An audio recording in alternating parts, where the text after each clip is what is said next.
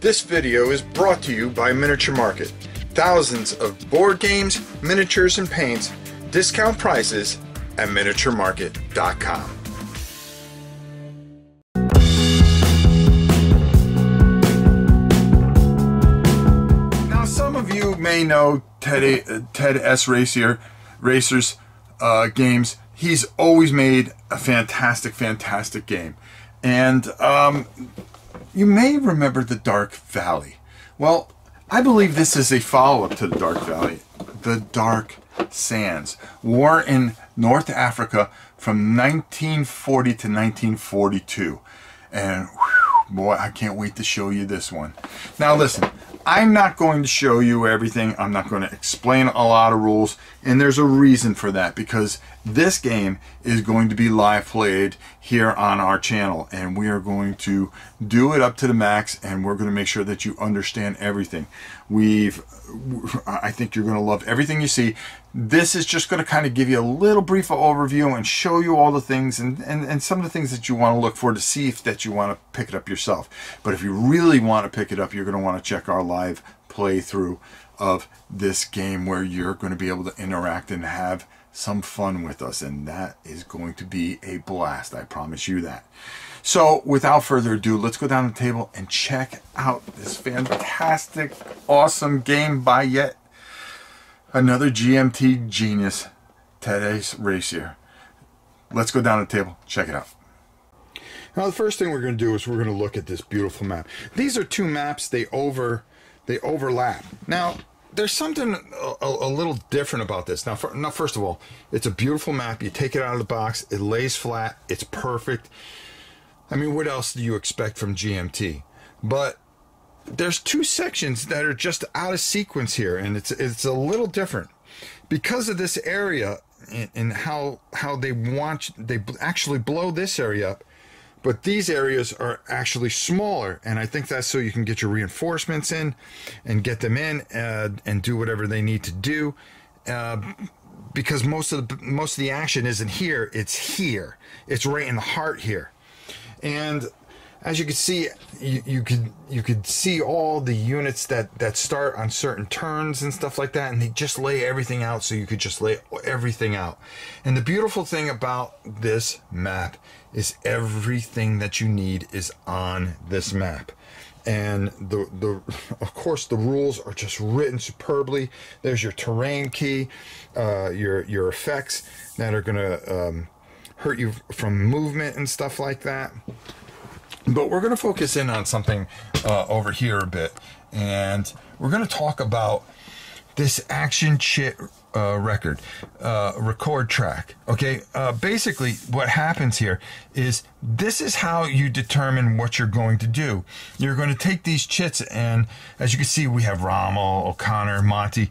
These are command chips, which you're just going to be able to choose what you want to do.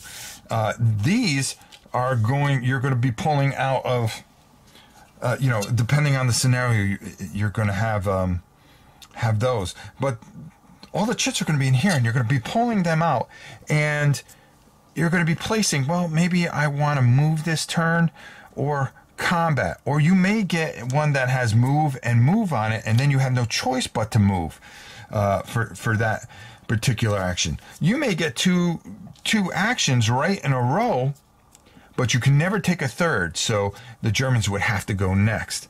Another thing that's really cool is there's logistics.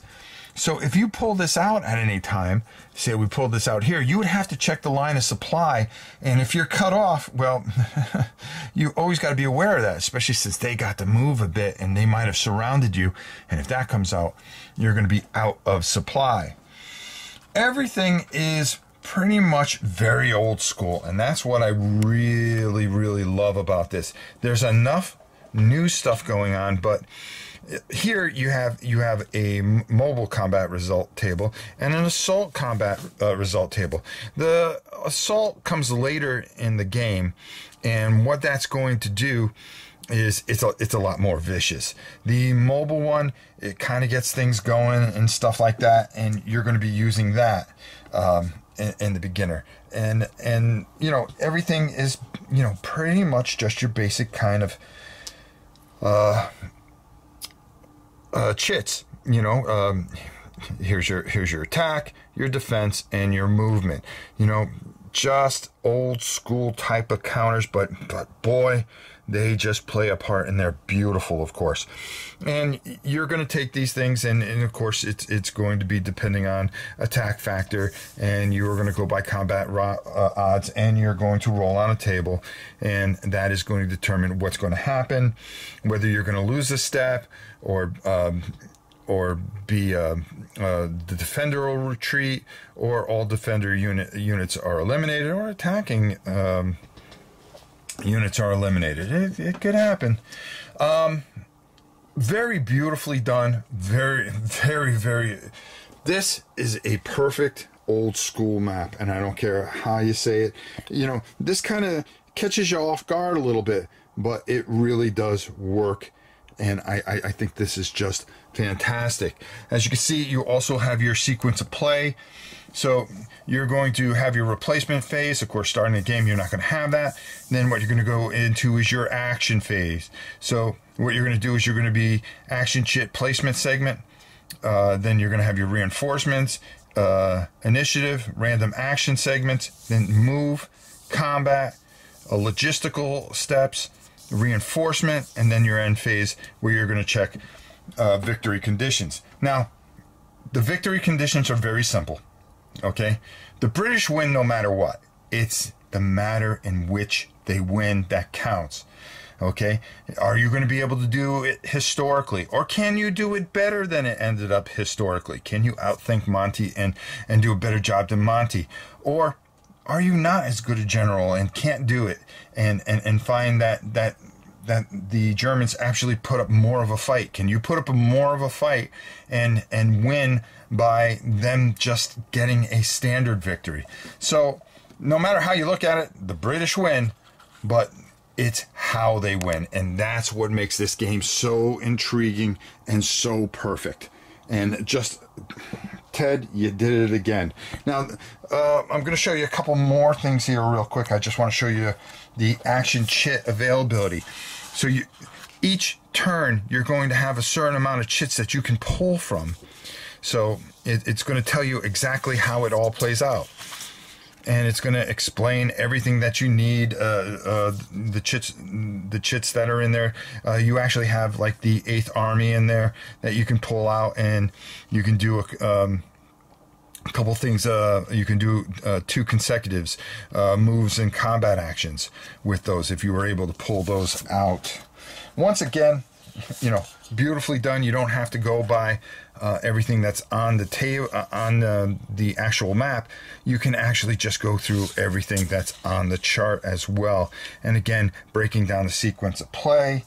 And, you know, it's everything that's on the table, just in case you want to keep it close to hand, so you can focus in on what's going on this tremendously beautiful map. All right, let's send it up on top and get my final thoughts on what is just another fantastic game from Ted S. Racer and, of course, GMT. Those fantastic, wonderful people. Let's get now. Just taking a look at those components, I know you just want to start playing this right now. I know I did.